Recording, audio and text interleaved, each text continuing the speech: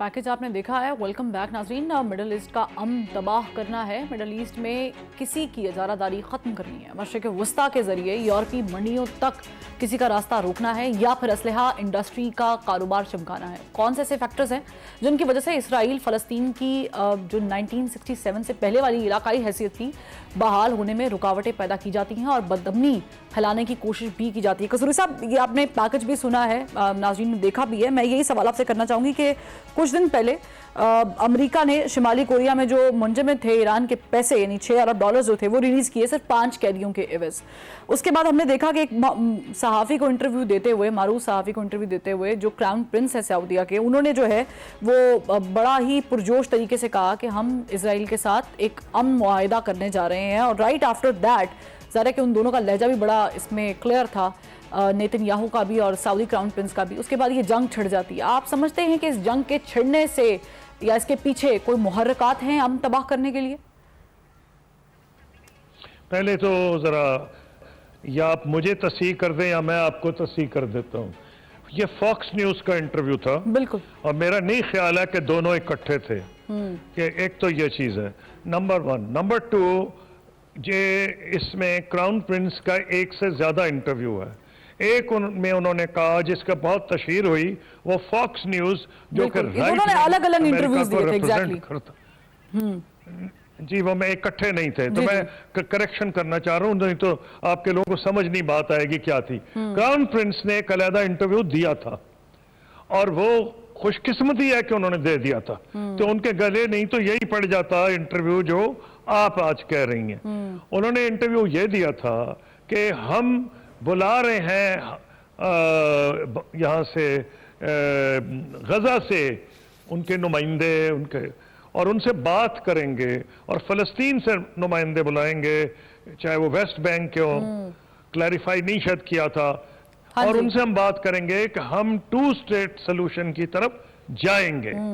हल 2 state solution है। मैंने भी यही कहा था और मैंने उस वक्त हमने सऊदी अरब से पहले बात की थी और जो और पैलेस्टीनियन अथॉरिटी के सदर हैं उनको बताया था। हमने कोई किसी से इजाजत नहीं मांगी थी। हमारा फैसला था कि हम तुर्की में मिलेंगे। अगर आप पूछ लेंगी तो वजूहात बता दूंगा, क्योंकि एक डिफेंस के रीजन से सर, मैं वजूहात जानना चाहूंगी। मैं पूछ भी लेती हूँ पेश की, मुझे आप वजूहात भी बता दें। जी हाँ, मैं वजूहात बता देता हूँ। उसकी वजह यह थी कि उस वक्त जो था तुर्की अमेरिका चाहे इंडिया के साथ सिविल न्यूक्लियर एग्रीमेंट कर रहा था और हमें उन्होंने जवाब दे दिया था, हालांकि हम उनके स्ट्रेटेजिक एलाई थे। हमें उन्होंने जवाब ये दिया कि जी AQ खान अफेयर जो हुआ है इसके बाद अमेरिकन पब्लिक या कांग्रेस हमें सपोर्ट नहीं करेगी। हमने अपना तज्जिया at the highest level in Pakistan civil and military ये फैसला किया कि इस मामले में अगर कोई सबसे बड़ी हमारे रास्ते में हर्डल है वो क्या है, वो है Israeli lobby in the United states.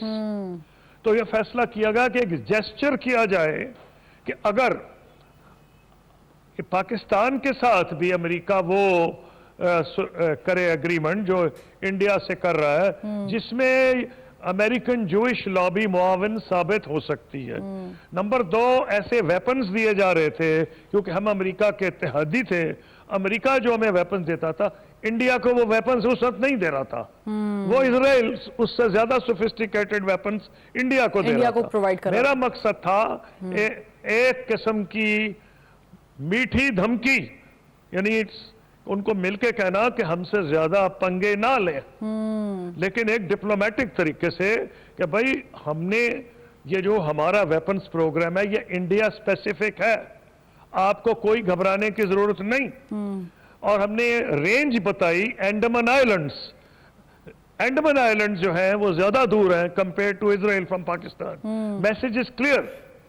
Israel को पता है, इसलिए पाकिस्तान से ताल्लुकात भी अच्छे करना चाहता है और अगर ऑनरेबल तरीका हो तो पाकिस्तान के मफाद में है कि ताल्लुकात करें, लेकिन ऑनरेबल होना चाहिए। और वो कीमत हम अदा करने को नहीं तैयार थे। जब मैं गया तो उनसे तुर्की के सदर ने अरेंज कराई मीटिंग और फिर फैसला हुआ कि जी हम क्या कहेंगे मीडिया को। मैंने उनका यह ख्याल था कि जो मैं वहां गया हूं तुर्की के सदर कहने पे और हम उनकी मदद चाह रहे हैं सिविल न्यूक्लियर एग्रीमेंट पे जूइश लॉबी से, अमेरिकन जूइश लॉबी से, तो हम उनकी बात मान जाएंगे।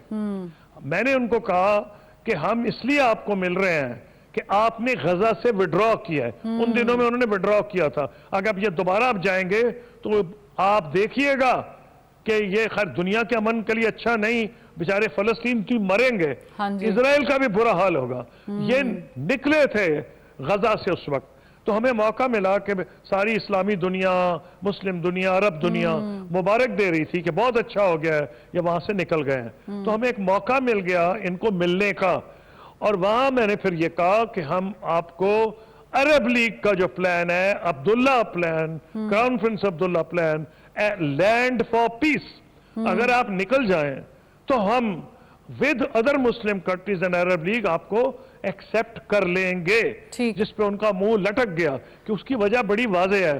पाकिस्तान की कोई हुकूमत जब तक पब्लिक ओपिनियन तैयार ना हो, हमारे यहाँ कोई बादशाह नहीं, कोई फैसला नहीं कर सकता। पब्लिक ओपिनियन को लेके चलना पड़ता है। तो उनको हमने ये कहा कि भाई अगर आप करेंगे तो हम अपनी पब्लिक को समझाएंगे कि भाई अगर सऊदी अरब भी तैयार है मैं कस्तूरी साहब माजर चाहूंगी कता कलामी की, आपने बड़ी बड़ी अच्छी बात डिस्कस की है, टाइम की कमी है, मैं सवाल एक आखिरी इसी से लिंक कर लेती हूँ। इस वक्त जो पाकिस्तान की पोजीशन है, क्या पाकिस्तान इसमें इसी तरीके से अब्दुल्ला प्लान के तहत या किसी और प्लान के तहत कोई किरदार अदा कर सकता है इस खित्ते में टू नेशन को लेकर, इस आइडियोलॉजी को लेते हुए कोई अमन पैदा करने के लिए? देखिए, माजरत से कहूंगा आपको, हमने अपने हालात खुद खराब किए हैं। हमारी फॉरेन पॉलिसी उस वक्त कहां थी? कोई हफ्ता नहीं होता था कोई ना कोई इस्लामाबाद में लैंड कर रहा होता था। हमारी मईशत कहां थी? हम तो चीन और अमेरिका की एक जमाने में उनके दरमियान रोल अदा किया करते थे। ये हालात चेंज हुए हैं, हमें we have to put our own house in order. लेकिन पाकिस्तान को ये चाहिए, उतनी ताकत पाकिस्तान में है कि अपने कनेक्शंस यूज करे ऑर्गेनाइजेशन ऑफ इस्लामिक कॉन्फ्रेंस में, और उनको कहें कि एक स्ट्रॉन्गर स्टैंड लें उससे जो उन्होंने अभी तक लिया है, और वो सिर्फ रिपीट करते अब्दुल्ला प्लान को। इसकी सऊदी अरब मेरे ख्याल में मुखालिफत नहीं करेगा, क्योंकि इसकी बिगिनिंग को, ये सारी बात सीक्रेट होती है। क्राउन प्रिंस ये जो मोहम्मद बिन सलमान है, लकीली ये रिकॉर्ड पे कह चुके हैं। इन्होंने कहा है कि जब आप फॉक्स न्यूज का इंटरव्यू कोट कर रही थी, तो मैंने आपको दूसरा इंटरव्यू याद कराया था कि हम समझाएंगे कि अरबों को कि आप हमको छोड़ नहीं, फलस्तीनियों को हम आपके राइट्स मनवाएंगे और इजरायलियों को समझाएंगे। तो अब वो, मैं अगर पाकिस्तान इनिशिएटिव ले इस वक्त और कह के जी अब्दुल्ला प्लान को आगे लेके चलें और बात करें, तो एक तो सऊदी अरब की पोजीशन भी बेहतर हो जाती है, और तुर्की जो है वो कलीदी रोल अदा कर सकता है, इसमें कोई डाउट ही नहीं।